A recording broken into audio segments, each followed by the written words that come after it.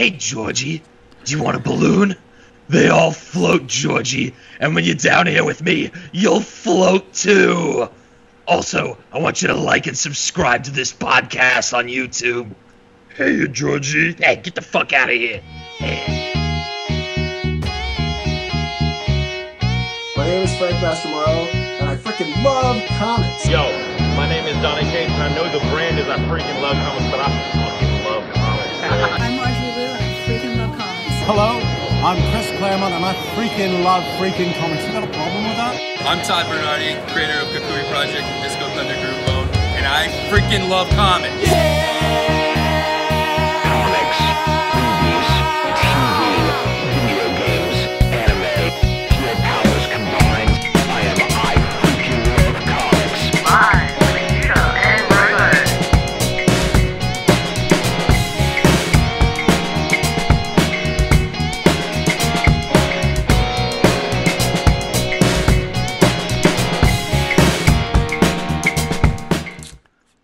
What's up, IFLC? This is Judah Rad, and I'm very excited to have you guys here. I got Robo, I got Ree, and we're going to have a really good show.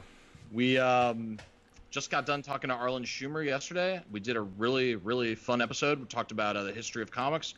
And on Friday, we're going to be talking to Rodney Barnes, who's currently writing Philadelphia, guys. Kind of a big We're deal. really excited about that. Kind of a big deal.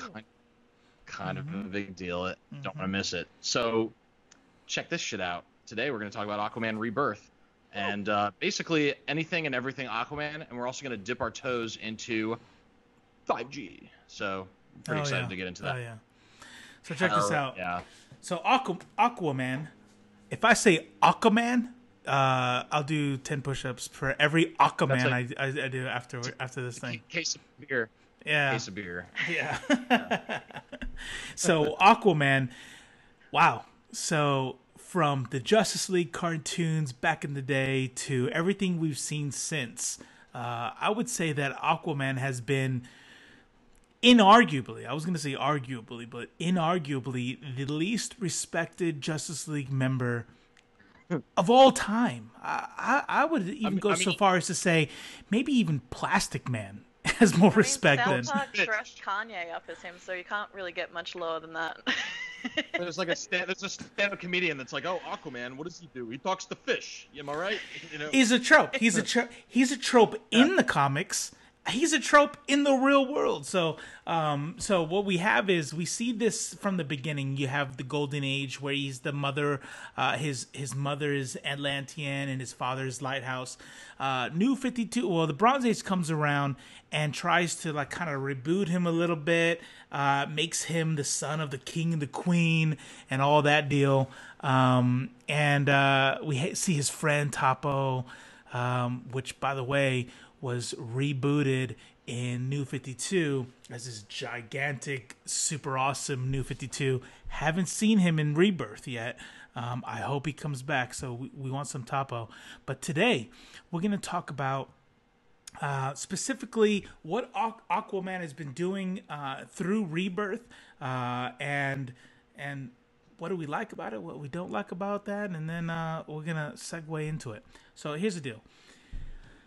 When I started, doing a little bit of research on this whole shebang, I started with a little bit of New 52. I wanted to like get a grasp on what they had already tried to do before that, and that way I can kind of tell some differences. I like what they both done between Jeff Johns and Dan Abnett. I like that they kind of went with that whole. What is it? Not really breaking the fourth wall, but it was like kind of like looking the whole trope of Aquaman as a joke in the face to where he knows it, like self-referential almost. Yes, like borderline self-referential. Yeah. So very, very self-aware of what's going on with the story, and then just saying, "Hey, I know this is the truth, and whether you guys want to believe it or not, probably the most powerful."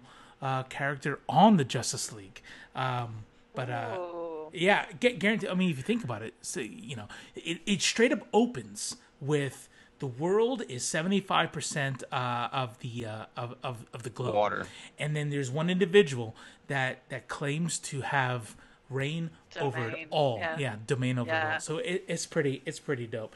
You wanted to talk to us, Judah, you said you wanted to go over what has happened in Rebirth. Give us a quick summary.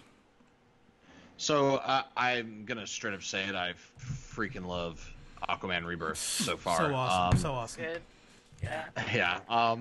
So I kind of fell out of New 52. I remember I read the Zack Snyder Batman with the Court of Owls, and I liked that, but I just did not really get drawn into the other New 52 titles.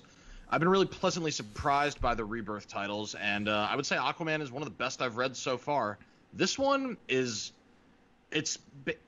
what you have is an Aquaman that's trying to bring his 75% of the world together with the other 25% and create a harmony between landwalkers and people who live in the sea. Do you think that's possible? Based on Rebirth, it's unlikely. To say the least. Yeah. He runs it. I mean, it's not just that humans are so hard to get along with. We are, or that Atlanteans have some pretty serious grudges against the surface world. They do. But it's also the different personalities and the dissent, even within the Atlantean ranks. So there's so many obstacles to peace, and it's a really interesting story because what we are seeing is we're following Aquaman as a diplomat as he tries to peacefully navigate these issues, these fires, and it culminates in an incident that results in what looks like it's going to develop into war between the Atlanteans and the surface world. Because the Atlanteans are a very I guess militaristic people. They prove their worth through their fights, and humanity is pretty similar. So when you get those two races up against each other, it's very unnatural for Aquaman to look at his people and say, "Hey, we want peace. We want to build an embassy. We don't want any violent incidents, and we want to cooperate." And that's kind of like imagine a U.S. president telling us, after 9/11, yeah, well, we're not going to fight. We're just going to try to negotiate and see if we can reach some type of peace or understanding. Similar reaction, yeah. Right. Yeah. It would be very difficult. The chief of staff, Oh, sorry. Oh. So the chief of staff, he actually addresses what you were saying as far as the kind of world that the Atlanteans come from, where we're talking about this area. Imagine a country today, I don't know if there even is one, where we have countries with kings and queens, but pretty much every established nation on the earth right now has you have to be able to come to the table at the UN. You have to be able to negotiate, and there's no real kings and queens anymore. Yeah, but Atlantis there is. And so the chief of staff calls him out. He says, you guys are living in medieval times. You cannot run stuff on the globe. And then where Arthur and Mara and everybody else is like, the fuck I can't. Yeah. Just hold my beer, brah. Yeah. So you're talking about themes? Yeah, the story too. Thematically, the things that jump out to me, diplomacy. This is a unique superhero story because the focus is not punching things until they stop. It's really the goal here is diplomacy, pacifism, peace. And if you think that sounds boring, I don't blame you, but you're wrong because those are the most difficult fights to win, and this book does a very good job of highlighting just why that's the case. And it's not just on the global scale either. He's got personal conflict going on as well, right? Yeah. Conflicts with his own people, and an identity crisis. Because remember, he's half human. He's half human. He's half Atlantean. So he's already has an internal kind of struggle, is trying to figure out who his identity is and where his loyalties lie. Not even just half human. It's half human, a U.S. citizen. Yeah. A member of the Justice League. He has all of these kind of aspects to him that kind of tear him, but he's but this is what Dan Abnett establishes. He's the king of Atlantis first and foremost. And I love it. I freaking love it. What did you think about his reaction to Black Manta? I liked it. He was very what was interesting is he didn't express remorse. It wasn't a remorseful reaction that I think we would have expected in a superhero comic book, oh god, I killed someone, I'm so sorry, how could you ever forgive me? He was yeah, well, it happened, what are we gonna do now? You know, Yeah. I liked it too. move. It was just exactly what Judah was saying. It was an interesting take where he has obviously come to terms with what's happened, and he's sort of not gotten over it, but he's made peace with it, and he's reconciled, and he's put it in his past, and he doesn't dwell on it. And he sort of like tries to communicate that to Black Manta, and then Black Manta, I think, just like his whole psyche kind of breaks because he's like, oh, I don't know how to deal with that. I mean, to me personally, there's sometimes I come across scenes in comics where things get very, very convenient, and I'm like, come on. So Black Mantis has spent his entire life since the day that he saw it. Black Manta has spent his entire life since the day that he saw his father die, venging to kill Aquaman. Like, that has been everything that Black Manta is about. And what I didn't like, I liked everything the author had to say about it. What I thought was kind of like, I got to the page and I'm like, oh, okay. Like, what else what are they going to do? Like, and Aquaman's dead. All right, there you go. That was the end of issue 1. I hope you guys love our story. Right. So clearly they weren't going to do it. But at the same time, it's like, bullshit. Black Manta's going to shove that thing right through his face. He's like, oh, you're right. I would have nothing after this. And drop to his knees and let himself be arrested and get the fuck out of here. So I thought that part was stupid. But he kind of redeems himself when he goes into Nemo and takes over King and then slaps that dude. That ending of that volume. Yes, yeah. That is so dope. That is. Are we spoiling this? Have we decided yet? Are we spoiling this? We should spoil it. This is what is this, like 6 years ago? Yeah. We're kind of like, I don't think we planned to really talk about this too much, but holy shit, the coolest part of this comic is the very end of this trade paperback, or this volume. The best part is the end when Black Manta seizes the throne by callously, ruthlessly murdering Nemo. So check this out. If this happens in a movie, you gotta have somebody, man, like, because this is the way I kind of pictured it down. Like, here's this. Watch the dude with Kingfisher, stupid name, but it come down off the throne, and when you watch him walk up to Black Manta and what's her name, Blackjack. He's an absolute unit. Oh man, yeah, he's towering over them. So I want somebody like Kurt. Kurt is an actor. Anyways, I want Kurt Russell. Yes, there you go. Yeah. So I want somebody like Kurt Russell. Use some camera tricks. I want someone famous. I want somebody kind of imposing. Come down the throne, and this is how like Aquaman 2 ends or some shit. And it would be so dope to have like a famous person be on the screen for like 5 minutes. Yeah. And like, who the fuck do you think you are? blood everywhere. Like, oh my god. Kurt Russell was bloody Star-Lord's dad in Guardians 2, right? Like, they've used him already. But I get exactly what you mean. If it would be like Bruce Willis in The Expendables when he shows up for like 5 seconds, says his line, takes his paycheck, goes home. That would be really funny. That would be cool to miss. The problem is all 3 comic fans in the audience would be like, "Hey, check this shit out." You know what I mean? Yeah. But what did you guys think about Scott Eaton's art? I liked it a lot. I prefer his X-Men work. His style has really changed over the years. His X-Men stuff is like back in that's like 2005, 2006 era kind of stuff. I think. Yeah. Why do you prefer it? Why do you prefer the X-Men? So he used to go for a more photoreal look, a shinier, more lines, more like photoreal. And this is still somewhat photoreal, but it's a little bit brighter, I guess. It's a little less lines, more hard lines. I'm not saying it's not good. It's just not what, like, when I saw Scott Ian on the cover, I was like, oh, Nelly, oh boy, I know what I'm going to get here. And I really didn't know what I was going to get. It was very different. What did you think, Robo? Yeah.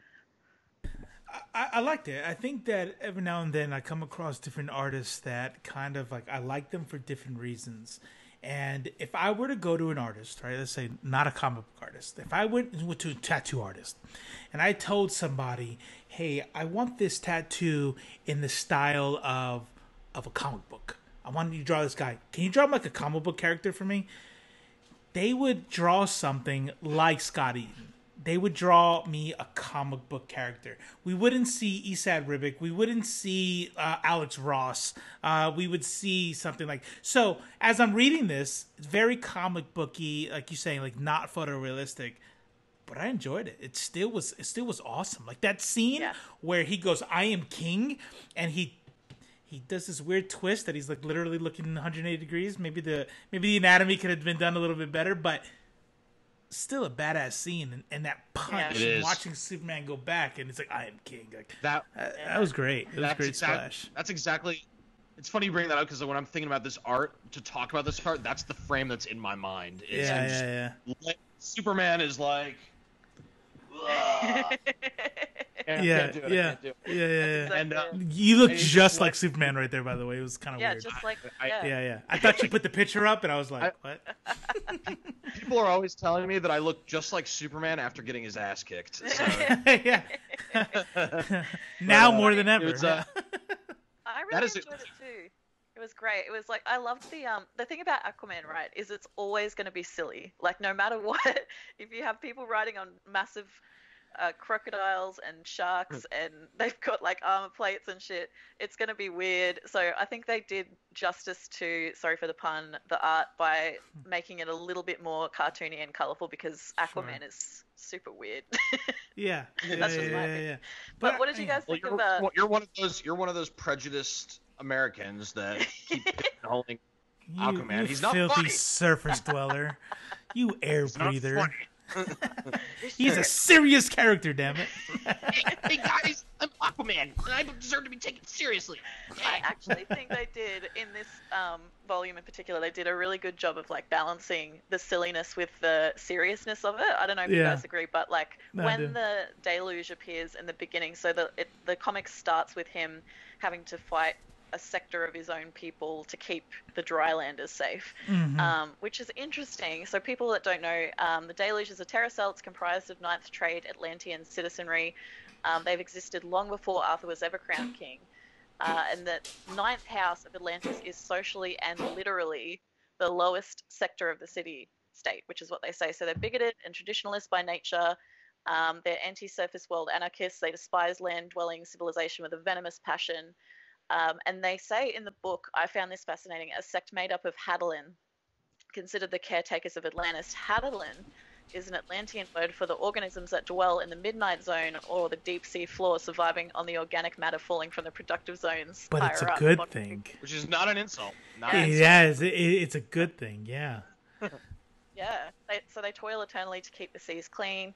They view drylanders as living pollution, whose very presence tarnishes and oppresses their homeland simply by existing. They oppose any contact between Atlantis and the surface, and they hate the fact that their king is a surface-born. So based on that description, I can tell you right now, as the Jewish representative of the show, that they're definitely not kosher. No, you can't be. Yeah. You can't eat them. Can't eat them. If they're bottom dwelling, you can't eat them. They're not kosher. They're just like shrimp and lobster. You gotta have scales and you gotta have scales and gills anyway. So yeah. Right. All right. What do you think the real life inspiration for this group is? Are they supposed to be Al Qaeda? Sort of. They're a nationalist organization. They could be Al Qaeda. They could be the alt-right. They could be the Ku Klux Klan. They could be any number of just separatists that are fueled by prejudice. Yeah. Well, do you think their opinions are valid? Do you think that they have reason to believe what they believe, or what do you think of them as a group? I think that's a question we're supposed to be kind of asking ourselves. And I don't really have 100% of an answer as it relates to that. You know, it's very easy for me. I'm on the spot. It's very easy. It's very easy for me to say Al Qaeda is wrong or the Ku Klux Klan is wrong. But in this fantasy world that's separated from, things we're familiar with, the politics that we're familiar with, you look at them and humans do dump a bunch of shit in the ocean. Humans do basically more harm than good towards them. They've had really bad runs with surface dwellers. So, I think is their anger justified? Yeah, I would say the anger is justified. I think Dan Abnett makes it a little bit easy for us once they. Oh, that's Nemo. Oh yeah. So Nemo eventually attacks the USS deal. the military dude that works for Aquaman, says that not even surface dwellers deserve this. Now, I'd have to read more on the deluge. So here's the easiest thing for me. Just to veer off comic books just a little. When we get into the conversation about one man's freedom fighters, another man's terrorists, and it's very easy to do this equivocation on who we call terrorists and who we don't. And I think it's pretty easy for me. I can shut down those conversations pretty quickly, and I go, do you blow up schools full of children in order to get what you need done? Only accidentally. Then Only if you go and you blow up this school, you blow up this marketplace, or you blow up yourself, or you get people to blow yourself up when you, the leader, are not blowing yourself up. I think these are easy things, and while that may unfairly in modern history point towards Islamic fundamentalism, I think we probably can look through history and see other people who've done that.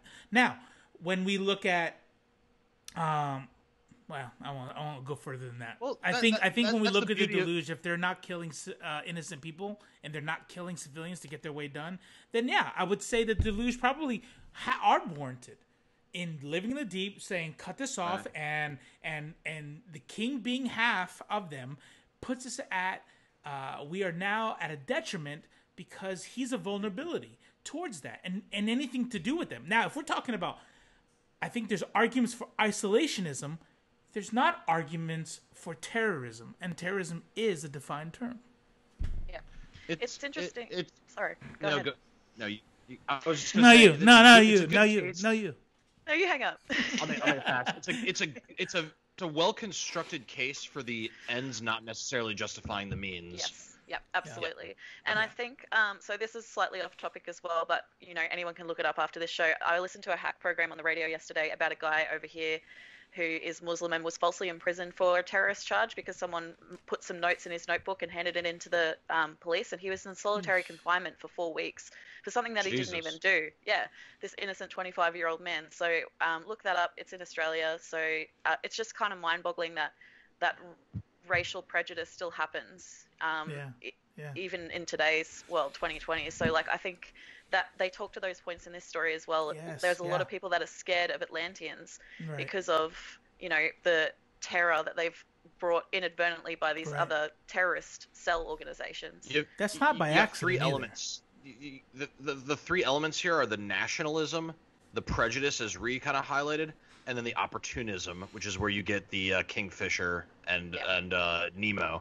Yeah. So when those three things combine, it's the perfect storm. You got prejudice versus nationalism versus prejudice versus nationalism, with the opportunists just making their way through. You know what I mean? That's so making their way through. So I wanted to talk about Mira as a character because I found her quite interesting in this series, right? So she has superhuman strength, stamina, speed, longevity, and durability. She can control these huge bodies of water. And I was having a read on her to see what her history was like. And her first appearance was in Aquaman issue 11 in September 1963 as Dimension Aqua. And Aquaman and Mira were married in the first on-camera superhero wedding in comic book history in Aquaman issue 18 in 1964. Wow. Someone did their homework. I know. That is a new fact. Wait. Oh, yeah, I read that too. Yeah. But I found that fascinating because I think you were saying this as well, Robo. They're a really cute couple. Yeah, and I like it. When we start talking about power couples out there and we start thinking about Spider-Man and Mary Jane, and we get these people, right, Scott and Jean. Emma or Jean. Jean, maybe even Wolverine now. Who knows? We'll see. But when we start looking at this kind of stuff, I really like how they portrayed them. I like it because, she's his betrothed, but she's she has full-on agency. She doesn't exist to be Aquaman's, female counterpart. She's choosing. What I mean? Everything. She's like, I'm here. I want to be with you. And then she even talks about breaking up. Like, if you don't think this is going to go that way, let's break up then. She has full agency to talk to her power. I was thinking about this. I was thinking about the realism between Aquaman fighting Superman and what would happen. Aquaman says something pretty interesting with regard to getting away from the army and that was fighting them, trying to get them to stop. And they say, if we go... Fighting them, yep. Yeah. Non-lethally fighting them, yeah. well, the U.S. military was trying to definitely kill them, bombs and tanks and all this shit. They say if they go into the air, they're going to be attacked by stuff that not even they can walk away from. Insert, you know what I mean? Now, there's nothing militarily that we could throw at Superman that can kill him, right? So I wonder if the power, you got vulnerability and power. They may have a lot of power, but I don't think their vulnerability is as high as Superman's. When Mera went on top of an A1 Abrams tank and just peeled that top off like nothing and then threw it at... Orange. That right there, when you start looking at the YouTube channels on like Versus, the comic book Versus, and they start using sciences like that, guarantee you, if we did the science behind, what does it take? How much strength do you need to have to grab an A1 Abrams by the turret, pull that bitch off, and then throw it? You know what I mean? Like, no, you are beyond powerful. You Yeah, said it before. They both whacked Superman across the face pretty good. Oh yeah. And he didn't just like, don't hit me again. He went flying. He was gone. Yeah. This is not like pre-crisis Superman that is basically a god in every sense. You know what I mean? This is they've balanced the scales a little, which I think is good for the story and the narrative. You say that, and he did another thing that it made me think about the time when he heard the dude's watch in another galaxy. He's talking to Aquaman, and he goes, I'm gonna go stop this. He's like, but I can hear them spinning up there in the ocean out in Chesapeake Bay. I can hear their engines right now. I'm like, bitch, if you heard their engines, did you hear them blow up, attack the USS ship? Did you hear fucking Black Manta fucking blow up the embassy? Like I like how your hearing is pretty fucking selective. Yeah, that's true. Selective hearing, fucking classic Superman. male. Hey, here's one for you guys. One thing, if you look at the fight between Aquaman and Superman, what do you guys think about Superman in this situation? I'm glad you brought that up. I think everything in the story represents something, and I think Superman represents something as well. And what I think Superman represents is, you guys can tell me if you think I'm wrong. I probably am. I think what he represents is someone standing up for the laws, even like the laws that aren't necessarily fair or relevant anymore. So like, you might have an unjust law, and he's the guy that still stands up for that because it's the law, when he's in a position of privilege where the law isn't stacked against him. When you know damn well he doesn't have to apply. Yes. Yeah. Right. But it's maybe his opinion would be very different if the same law that he's upholding was actually he was in the position where that was stacked against him. That's right. Yeah. He's representing like the arrogance of someone who upholds an unjust law or a law that they benefit from. So that's kind of what I see as straight white man. Fucking privilege. Like even without going super deep into the ideology and in the social politics behind it, just taking it at face value for comic book panels. What a fucking douchebag! I don't think I've ever disliked Clark Kent more than in those 2-3 pages. Like, I get it. I would immediately quit the Justice League. If yeah, 100%. Like, yeah, I'm trying to calm this dude down. No, bro, I'm your fucking best friend. Blah blah blah. I'm like, nah, B. I was so happy to see him get slapped around like that. Yeah. Same. Meanwhile, not to be that guy, but once an Avenger, always an Avenger. Yeah. So here's the thing though. No matter how happy we are, check this out.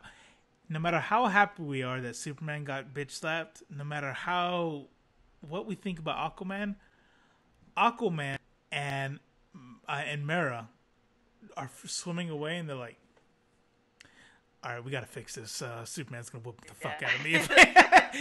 Like, they're still, they know that Superman probably is like, look, man, I can just completely smash your fucking brains out if I have to. No pun intended. But, yeah. So Superman still is a Mira, real. I liked her in this. Because she is like in every iteration I've seen of her, she is like a hot-headed, quick to temper person. Like she kind of represents that like passionate, war-hungry Atlantean, whereas Aquaman is more like a protector type figure. So I like how she compromises a lot for him because of how deep her love runs for him. Sorry for that pun, but her storylines have also portrayed like mental breakdown faced with crippling loss and explored like attempts at coping with anger and rage. So that to me makes her really interesting as a character. But another thing I want to talk to you guys about is how they talk about his communication with Fish, right? Because they're saying yeah, this is so like, good. I felt this volume was a really good way of not only showing us like how he's torn in all directions because of all those ties, but how lonely he is because he can telepathically compel, is that how they describe it, fish-like, Right, but he can't right. actually have a conversation with them because That's they're not right. intelligent enough, which I actually disagree with, right? Because aren't dolphins and squids and stuff supposed to be like Well, they're not super... fish. They're not fish. Oh, okay. Yeah, So can yeah. he have a conversation? So for the first few pages, they're explaining to us the fish thing, and it's so funny to me. Like when they get into depth on it, because like the general population is like, oh, he talks to fish, you know, and they're like, well, actually, he just compels fish. But it reminded me of, do you guys remember when Domino's had that advertising campaign where they were like, hey, you guys remember how much our pizza used to suck? Well, it's a lot better now. Yeah. And that whole early portion where they were like, now before we even get started with Aquaman Rebirth, here's a few pages of, hey, you guys remember when this was kind of stupid? Well, yeah, we've worked it around and now it kind of makes sense.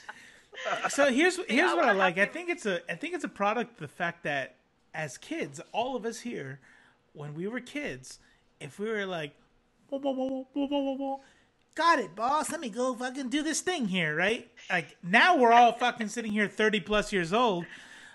I might be turning 40 this year. And saying, like, wait a minute, like, how does that work? Does he speak their language? Does he bubble? What does that mean? And so what we go is as all the main fans are getting older and older, and we do stupid things like that piss off comic book writers, right? We were talking about this last week where you're like, stop asking stupid questions. It's a comic book. Stop asking. Like, no. I want to know this whole language thing. How does that work? Yeah. So they did a study on the way different creatures process pain, and fish itself, they don't process pain neurologically in the same way other animals do. So that sense of suffering and things like that, they don't suffer. They don't, as much as they can know. So somebody might hear this and go, well, how do they know? Do they talk to them? Like, well, I'm sure there's certain ways to know through neurological tests and things like that. However, Is that why some vegetarians right. eat fish? Huh? Is that why some vegetarians eat fish? Some pescatarians, but they would be, vegetarians will only eat fish because it's a good way to get your, healthy fats and proteins, but the science says that they don't suffer in the way that another animal would. However, you start talking about octopuses, whatever the word is. Octopi is the plural. Yeah. Yeah, we'll see. If that some countries such as France and I'm not sure all the countries have made it illegal to kill them, to operate them, or to cook them without humanely putting them down first, because they do have the neurological ability to function. They're super smart, you know what I mean? And I think the way you can one of the ways that you can, I don't know why I'm going off this deep, but one of the ways that you can kind of test this is like, dogs can show signs of PTSD, for example, right, after being abused and things like that. But fish don't exhibit any sort of permanent damage or harm from psychological behavior in that way. So, can Aquaman talk to fish? No, but I bet you he could talk to octopus. I bet you he could. And dolphins and shit. That's what I want to see. I want to see him have a DNM with a dolphin. That's got it. Yeah. When we were talking about him getting stabbed by Black Manta before, do you think when Aquaman dies, he just like flops around like a fish? Yeah.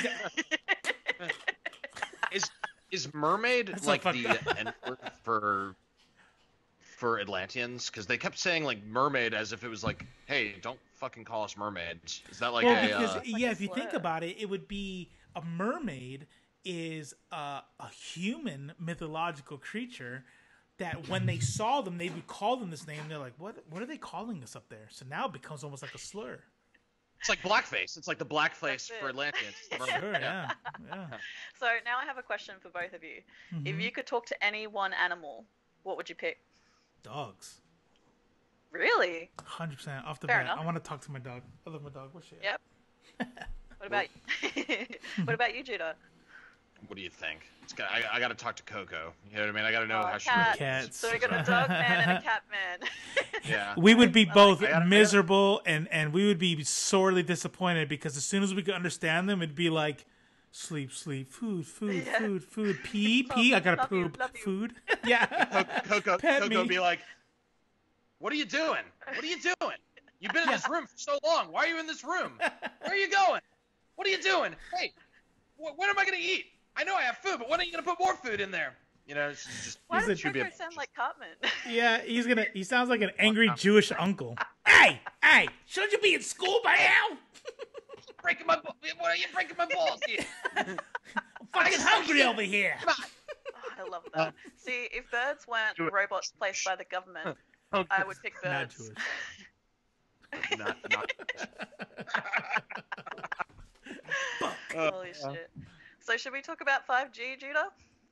Yes, let's talk about 5G. Hit it. By the way, hey, just to maintain tradition, we kind of started this the last discussion episode. Oh yeah.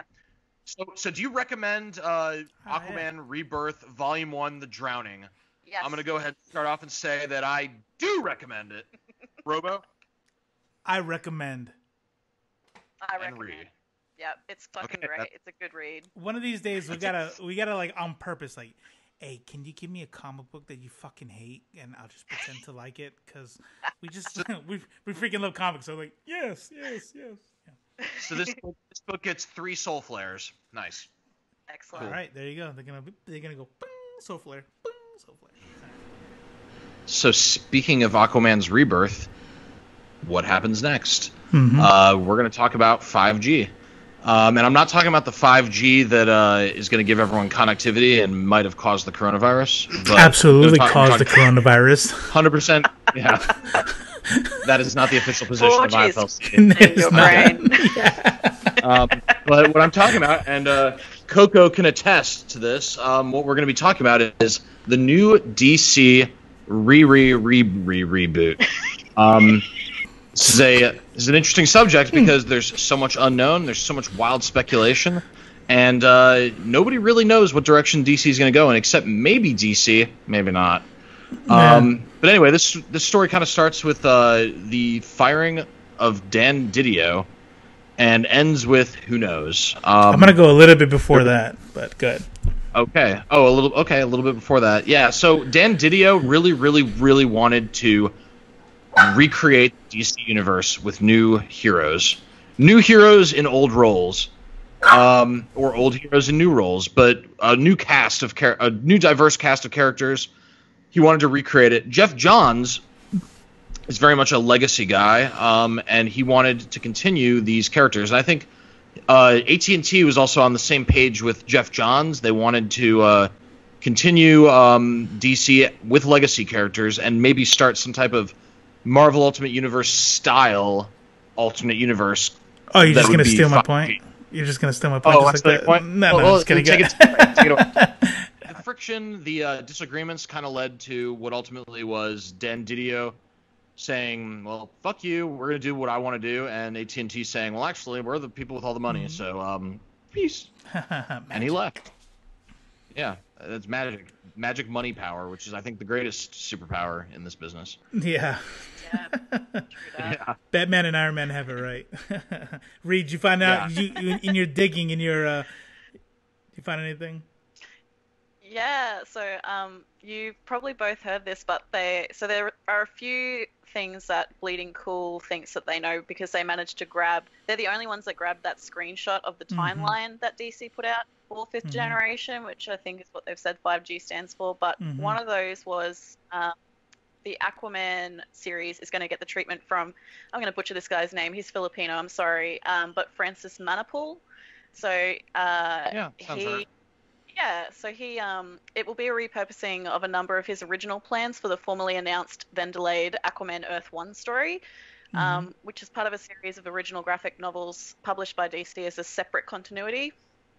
But it was originally planned for 2015. It was delayed because he became busy on other projects, including Trinity, which is that one with the top three, Batman, Superman, Wonder Woman. And he's been an exclusive writer for DC since 2007. So he's done DC's Legion of Superheroes with Jim Shooter. He co-created the character Gazelle with Shooter before leaving the title. In 2009, he was named to be the artist in DC's new Flash series, written by Jeff Johns, which stars Barry Allen in the lead role. And then in 2011, he won a bunch of awards for his art. So we'll put something up. He's a fantastic artist, and I'm pretty excited to see him do some stuff. But I think he's going to be very busy because he was doing a lot of Rebirth work. So I don't... It's fascinating. Hey, the other one that I have heard about in terms of Batman is instead of naming like a Robin or a Batwoman as Bruce's successor, they've said that it's going to be Luke Fox, which is Lucius Fox's Lucius Fox's. Yeah. Yep. What do you guys think about that? I like it. So some of the things that this is probably the thing that I actually researched the most on. I've read Aquaman, I swear. I didn't just get everything from that Reddit dude. Oh man, I didn't save his name, but it's like a Mike with like 8 numbers afterwards. Best Reddit dude ever. But he when I'm looking through this thing, so Jim Lee and Didio in San Diego Comic-Con, they start letting us know here's the future of things. That image that you're talking about, that Bleeding Cool put out, was actually behind Didio, and it was an accident, apparently, at the New York Comic-Con of last year, obviously not this year, that had a timeline on it, and you can see 5G. So they go in, they zoom in, and I think they looked at the computer and they were like, enhance, and then it got clear enough to be able to see DC's plan, and then it was all out. And do you think it was an accident, or do you think it was an accident? Like, hey, we're just gonna leave I think it was an accident. Because the best way to do that for companies these days to retest if an idea is going to work is to accidentally let it slip, and then see what people react to it like. And then if it's a bad idea, they can be like, "Oh, that was never the plan." Yeah, I think our president does that. That's exactly how he works. But but yeah, so you're looking at this stuff. Our sources talk about, and then we move to Dan Didio's firing, right? So in my research, and by research I mean, let me go and Google DC5G in both Google and YouTube, and it seems like a lot of people had negative reactions towards this for multiple reasons. From the fan side, I got a lot of like SJW complaints and like, oh, they're gonna change the gender here and the race there and all this stuff. But when I was looking for like legit sources, like Judah said earlier, AT&T. So check this out. Didio was already in hot water with AT&T and Warner Brothers after the whole Batwang incident, where I guess his penis was shown in the comic book, and that kind of pissed him off. It was in Damned, and I bought that graphic. I brought that for the penis hardcover just for the penis, and they had removed the penis, so I was very disappointed. You should have got your money back. Fuck that. Yeah, I should have. Yeah, anyway. So he was already in hot. Terrible story. So he was already in hot water for that. And so when looking at the movies, from what I've gathered, don't quote me or quote me, fuck it, whatever.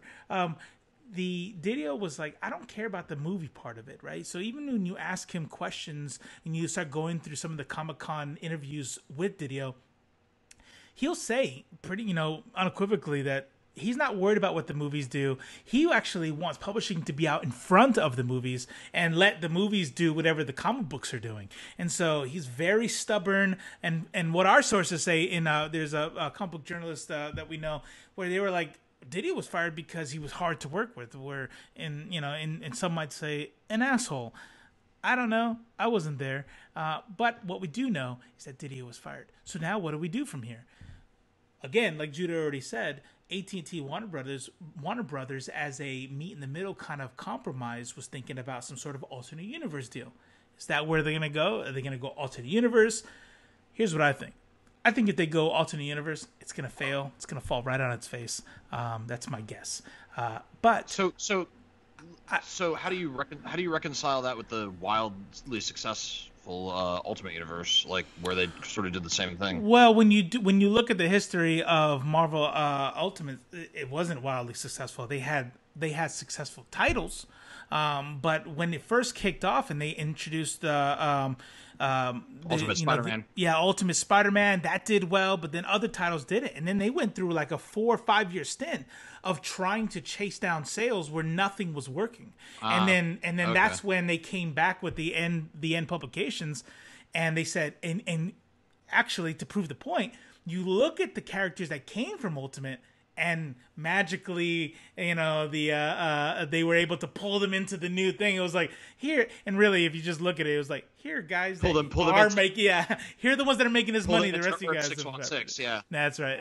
Right, yeah. But yeah. So my prediction is they're gonna still do it. They're gonna have all these side characters have to like step up. But I think it's gonna be an event. I think we're probably gonna see like a 10-month event where Batman is gone. Superman is gone, and so Lucius Fox's kid, and I think they're gonna see a Superboy step up. There's a Flash that's gonna be there. I don't know. A lot of them. Yeah, it's like they've almost gone from one end of the spectrum to the other, where it was a bunch of white guys, and now it's going to be a bunch of black guys and women, I guess. But like, I'm not mad about that necessarily. I think what you were saying before about the comics coming before the movies, like how many black superheroes do we have on film and TV? We've got Luke Cage, Black Lightning, Black Panther, obviously, but there's not a huge amount. It's not like all the white guy movies. That's right. Yeah, that's exactly it. So like, I don't think there's anything wrong with that at all. If it becomes, almost like black comics, then what's wrong with that? There's nothing. It's still the same characters. It's just different people in the mantles. Here's the only thing. I agree with you completely. I don't find anything wrong with that. Like, anytime I hear about something like that, like, oh, so there's not like, everyone was dealing with that through the 70s and 80s where you had like 3 black characters. Like, it's not that big a deal to me. Just have a great story with it, please. You know what I mean? That's all I'll say. However, I will say this. Sometimes it's not a racial element. Sometimes it's a character you love. And we talked about it in the Alan Schumer recording that we have up on YouTube now. Check it out. But where we talk about the kids these days, even when my son is reading Thor, and we loved Avatar, The Last Airbender, we just got done with Korra, and there's these graphic novels that accompany them. He's like, is there an app for that, or can I download it? And he's like, I'm just going to watch the YouTube videos that describe it. These kids are not buying comics, so who are? They're looking at the 35-year-old people who want to see Peter Parker stories. That's what they want, right. And so that's why we know, this is probably why Didio is fired. This is why we know they're not going to be permanent. The elder millennials want to see, and the Gen Xers, literally the only people who are buying comics, want to see Bruce Wayne Batman. So we're going to have an event. Here's my prediction. They're going to have an event. They're going to see the altered titles. The ones that work are magically, just like Miles Morales, are magically going to get their own title. And then the originals are going to come back by whatever means that they need to. I'm with you. Hey, do you mind if I do a quick run through? So people that aren't DC fans, I just want to give them like a brief history of DC Comics they understand what we're talking about. Yes. Cool. Absolutely. So both of you probably know stuff, but chime in if you want to at any point. So entrepreneur Major Malcolm Wheeler Nicholson founded National Allied Publications in autumn 1934, intended as an American comic book publishing company. So that tells you how old this company is that we're talking about, right? The initials for the DC comic books were obviously taken from the Detective Comics series, and with that series came the rise of Batman. And then there was another line of comic books known as Action Comics, which featured a superhero, you may have heard of him, known as Superman. So Superman. Superman. Sounds familiar. I think I've heard of him. Yeah. So lots of people know this too, but in the 1950s, comics came under fire because they were not considered to be up to any American standards for any children or younger generations. So the company continued its success during that time by publishing westerns and romantic stories. But then they had a re-emergence of the superheroes, which would lead them to become the powerhouse that they are today. So they actually stopped doing superheroes for a while when they copped some flack. But then in 1965, they introduced Flash. He'd been created years before, but was brought back and updated to be placed in more popular times. And this time, more emotional and personal, compelling stories were used, along with some better storyboards and artwork, which helped to liven up the character. And they took away his ridiculous Golden Age Yeah. helmet. Yeah. Made him look like a normal superhero. Arlen Schumer kind of went over this the other day. Well, he definitely went over. He definitely went over this the other day. But that Flash reemergence is what Arlen considers to be the de facto beginning of the Silver Age of comics. Right. Yep. And he calls it one of the first we're used to it by now, right? Especially us. But one of the first reboots of hey, we're gonna retry this again. Yeah, it was great. It was great. Yeah. So New 52 in general, as far as I'm aware, is still canon.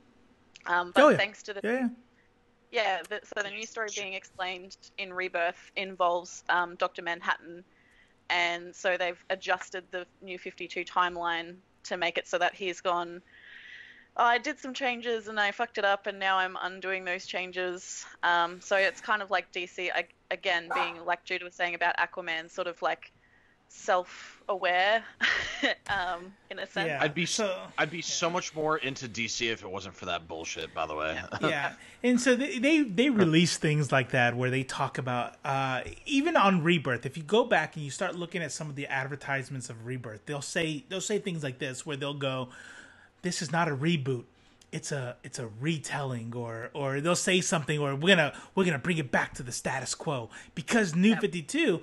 Let's just bring it back to Aquaman again.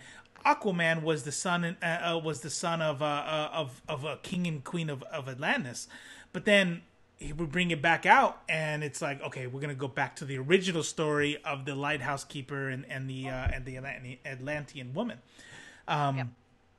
So, listen. Jim Lee, who's almost certainly watching this, like, when we put out things like it's the same continuity or whatever, I'm like, no, it's not. Not when you sit there and you say, here is how this superhero started. Crisis. Yeah. Now this is how this person started. Crisis. Doomsday Clock. Rebirth. Hey, we're going back to the other one. That's literally Flashpoint. That's it. That's literally the opposite of a continuity. Yes. So, So Flashpoint was what preceded New 52, is that right? And then Rebirth was around 2016 when they realized they'd fucked up and they lost a bunch of sales. That's so right. What do you think the thinking is behind... So they've done a reboot in terms of Silver Age, and they rebooted for New 52, which was a complete failure. They've admitted that. Mm-hmm. Rebirth was sort of trying to patch that up. What is 5G supposed to achieve? It's the same thing that happens with Twilight Zone. So we have a new Twilight Zone, right? And so instead of so I'm gonna steel man, right? To use an argumentative term, I'm gonna steel man the position that I don't agree with, right? I'm actually not on Team Didio. I would like legacy characters and new characters. I want to expand the universe that we all love. I don't want to just But to steel man the argument for reboots, what if a company were going to sit there and go, hey, people really like Twilight Zone. Let's re-show those old ones. Or let's do them exactly in the way that we did them in the 60s. Nobody would watch it. So we reboot TV shows and movies all the time. Sometimes they work, sometimes they don't. That's the idea behind a reboot. This idea that younger audiences and newer people who don't read comic books would like a new entry point into comics. So that if I'm sitting there and go, wow, these movies were awesome, I think I want to read comic books, and I go to the comic book store and I see Avengers number 157, and I'm like, how am I supposed to know where to jump in? These reboots allow entry points into the deal. Yep. They call them jumping on points. Yeah. Okay. next question. What do you guys think about the new Star Wars trilogy? Because they sort of tried to emulate a formula that had worked before, but made everything bigger. Like, it's another Death Star, but it's bigger. It's another Palpatine, but he's big robot. You know what I mean? Like, does this circle back to 5G? Are you on a train of thought right now? I'm curious what you think about reboots in general. Like, do you think that 5G could be successful in terms of like doing similar things again that have made them money in the past? So I don't think that I don't think you could say that reboots are good or bad, or that 5G will be good or bad based on the way Star Wars was received. Yeah. I think that whether something succeeds or fails is 100% dependent on the quality of the execution. Mm-hmm. That's really all it comes down to. And we can't sit here, we can speculate about who's involved, like, oh, they're good, so it should be good. We can't look at the characters they're going to use and decide if it's going to be good or bad. We can't say because it's a reboot it's going to be good or bad. Ultimately, they took Spider-Man and rebooted it for the Ultimate Universe, and the Ultimate might not have been successful, but Ultimate Spider-Man was wildly successful. People still, to this day, love that. They can recreate that if they just make it good. Just make it good. Oh, see, there's my argument back to that, though, because Star Wars, the new trilogy, was very successful, but in my opinion, it was poorly executed and poorly written, and I think a lot of people feel that way, but that does not, the quality of the content does not determine its success. Singular vision. Yeah. Singular vision. Star Wars was at war with itself. It was a franchise in war with itself, with one movie, then another movie that tried to undo the movie before it, and then another movie that tried to undo the movie before it. So the trilogy was not greater than the sum of its parts. What we're looking at with DC is what it needs to be successful is a singularity of vision. Yep. Yes. Okay. I think there are ways to have elements where you're. It doesn't matter. I don't care how much love and quality and care and singular vision. I think there are some times that you can have an element involved where you are doomed for failure. And I will say, as an example, if you were to kill off Clark Kent and Bruce Wayne, and you go, sorry guys, this is the future. Here are your new people. I'm not sure you could do anything with I'm not sure Donny Cates and Jonathan Hickman could write a story where people are like, yeah, this is the Batman now. But let me ask you this then, and that's not a bad point. I'm not saying I disagree, but how do you reconcile that with, what if we killed off Peter Parker and made Miles Morales Spider-Man? I mean, incredibly popular. People loved that. Well, that's why Miles Morales survived. That never happened in a world where there wasn't Peter Parker. So 616 Peter Parker still was there. Fair. If I didn't like it, I had this to go to. You know what I mean? Right. Okay. So they had that safety net of alternate dimensions. It might have not been successful if they had just if that was the only Peter Parker, they killed him and that was Miles Morales. That's right. Okay. Yeah. Okay. Yeah. I'm very curious to see how it pans out, because I am a little bit worried for the future of DC. I think they've been suffering since 2011 when the Flashpoint stuff began, and I'm hoping they can pick up sales with whatever they're deciding to do, because I have a feeling they won't be around for much longer if they don't. I think the medium is the biggest obstacle. Yeah. We kind of discussed it. We discussed it a while ago. Stop me, please. Reel me in if I'm going too far off course here, but I think it's the way comics are distributed, printed. Okay. All right. No, I'm just kidding. I'm just kidding. Go ahead.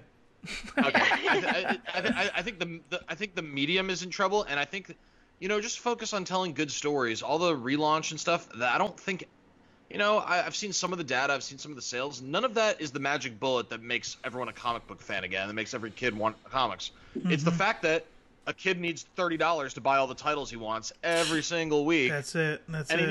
He needs a ride to the store every single week. You know what I mean? I say he, but really she. Both boys and girls love comics.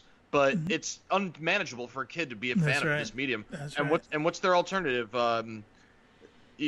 Marvel Universe, the Marvel Universe app. Yeah, that would be great. Except where do they start? It's 5 bazillion titles, with numbers going up to the thousands.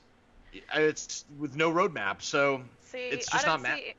Coming from an independent perspective, I don't see Image Comics suffering. Like, they sell all the time and they distribute very similarly. So to me, I think it's more about they have to figure out which demographic they're actually going for, because at this point I don't think, like Robo said, they're going for children. They're going for people with disposable income over 25. And it's the same with video games and stuff at the moment too. They're kind of targeting that sector of people, not necessarily children. So I don't know why Image Comics, maybe it's the same thing you were just talking about, where like there's a bunch of different series for jumping on points, and they're not, 157 issues long, most of them. It's an interesting subject. I don't have the answer. Image Comics, Boom, Dynamite, none of those are for kids. None of those even pretend to be for kids. They 100% for grown-ups, and yeah, I mean, they're not doing bad. Not doing bad. Quite well. Not doing bad at all. So, and to me, I think it's because they tackle issues that we as adults want to see, whereas Marvel and DC don't necessarily as much as we want. I want to see things where there's flawed characters exploring, like all the shit that we explore as adults. How do we get over this moral grey area? How do we deal with this personal problem? And which is what draws you to Constantine, right? Yeah, absolutely. He's my favorite DC character for sure because he's so flawed, deeply flawed. I think you're right. I think when you look at superheroes and when you look at the comic books, I think you hit the nail. You hit something very important there, where we know that the people with disposable incomes are the people who were reading comic books in the 90s. And yet, you're still writing stories to walk that line and try to draw kids who are never going to fucking read your shit. Which means I'm going to go read my stories from Image that shows fucking and blood and killing and adult themes like politics and I don't have you guys but I get what you're saying, man. And then you're trying to read Marvel comics and you have to reconcile, I'm an adult reading Marvel comics meant for adults, but also in the back of my mind I kind of have to accept that Squirrel Girl just took out Galactus with a bunch of fucking squirrels, and somehow that I just have to like accept both of those things. Which is why some of my favorite writers are the people who are like, you look at Donny Cates. Look at Donny Cates' man. When I got to that part in Venom where they over and over throughout all of Venom kept showing the kid getting hit by or something happening with a kid getting hit by the car, I'm like, and then the medical bills that ruined his father and stuff like that. And then you find out that was Eddie Brock as a teenager driving. Like Donny Cates set it up the whole time that you think Eddie Brock is this kid playing in the street, not listening to his dad and causing the accident that, Nope. Eddie Brock's a teenager who's drunk driving that hits a kid. And it's like the kids that wasn't for kids. You know what I mean? No. And so allowing Donny Cates to kind of like, hey, let's pull this along is why Donny Cates is a Marvel rock star right now. If you keep walking that stupid ass line because you want 13-year-olds to go buy your comics, I think sales are always going to suffer. You're going to lose grown-ups and you're never going to pick up any kids. Yeah, because they're my son looking for the synopsis on YouTube. You know what I mean? Like, come on. Mm-hmm. Yeah. Nice. That was a good segment. That was good. I love talking to you guys about this stuff. It's always fascinating. All right. That was a good segment. But unfortunately, we'll call that the end of this show. Thanks again for the end. We'll say see you later. This is the only social interaction I've had all week. Come on. Yeah. Well, can we have a reboot? A reboot? Guys. You guys want to have dinner later? Oh, yeah. I told you that was unhealthy. You need to stop. Okay. Don't talk to Furry Pennywise like that. Yeah. Hey, guys, check this out. We are doing big things on here. Like Judah said, we just got done with the show with Arlen Schumer, an art historian. Check out that video if you want to hear about the art history of the Silver Age and the Golden Age, and don't ever call it the Bronze Age around him. A lot of stuff. Don't call it the Bronze Age. Don't call it the Bronze Age. We actually, on that video, also talk about the history of Black Panther and why he wears a full face mask. So check it out. Great stuff. Friday, we have the author of Philadelphia and a writer for Boondocks and American Gods. This guy's a big deal, and he's willing to come on our show and give us an interview to talk Philadelphia. Check us out. on all our social media. Hit us up on Patreon. We do have some stuff going on. We already talked before about Ree, as we're recording an LGBT special with Ree. We're also doing a sex positive kink uncensored, talking about some uncensored comic books and stuff like that we're gonna have on our Patreon.com. Check us out on Patreon.com/IFreakinLoveComics. Don't forget to like, subscribe, hit the bell so you don't miss any videos. Hit the bell. Live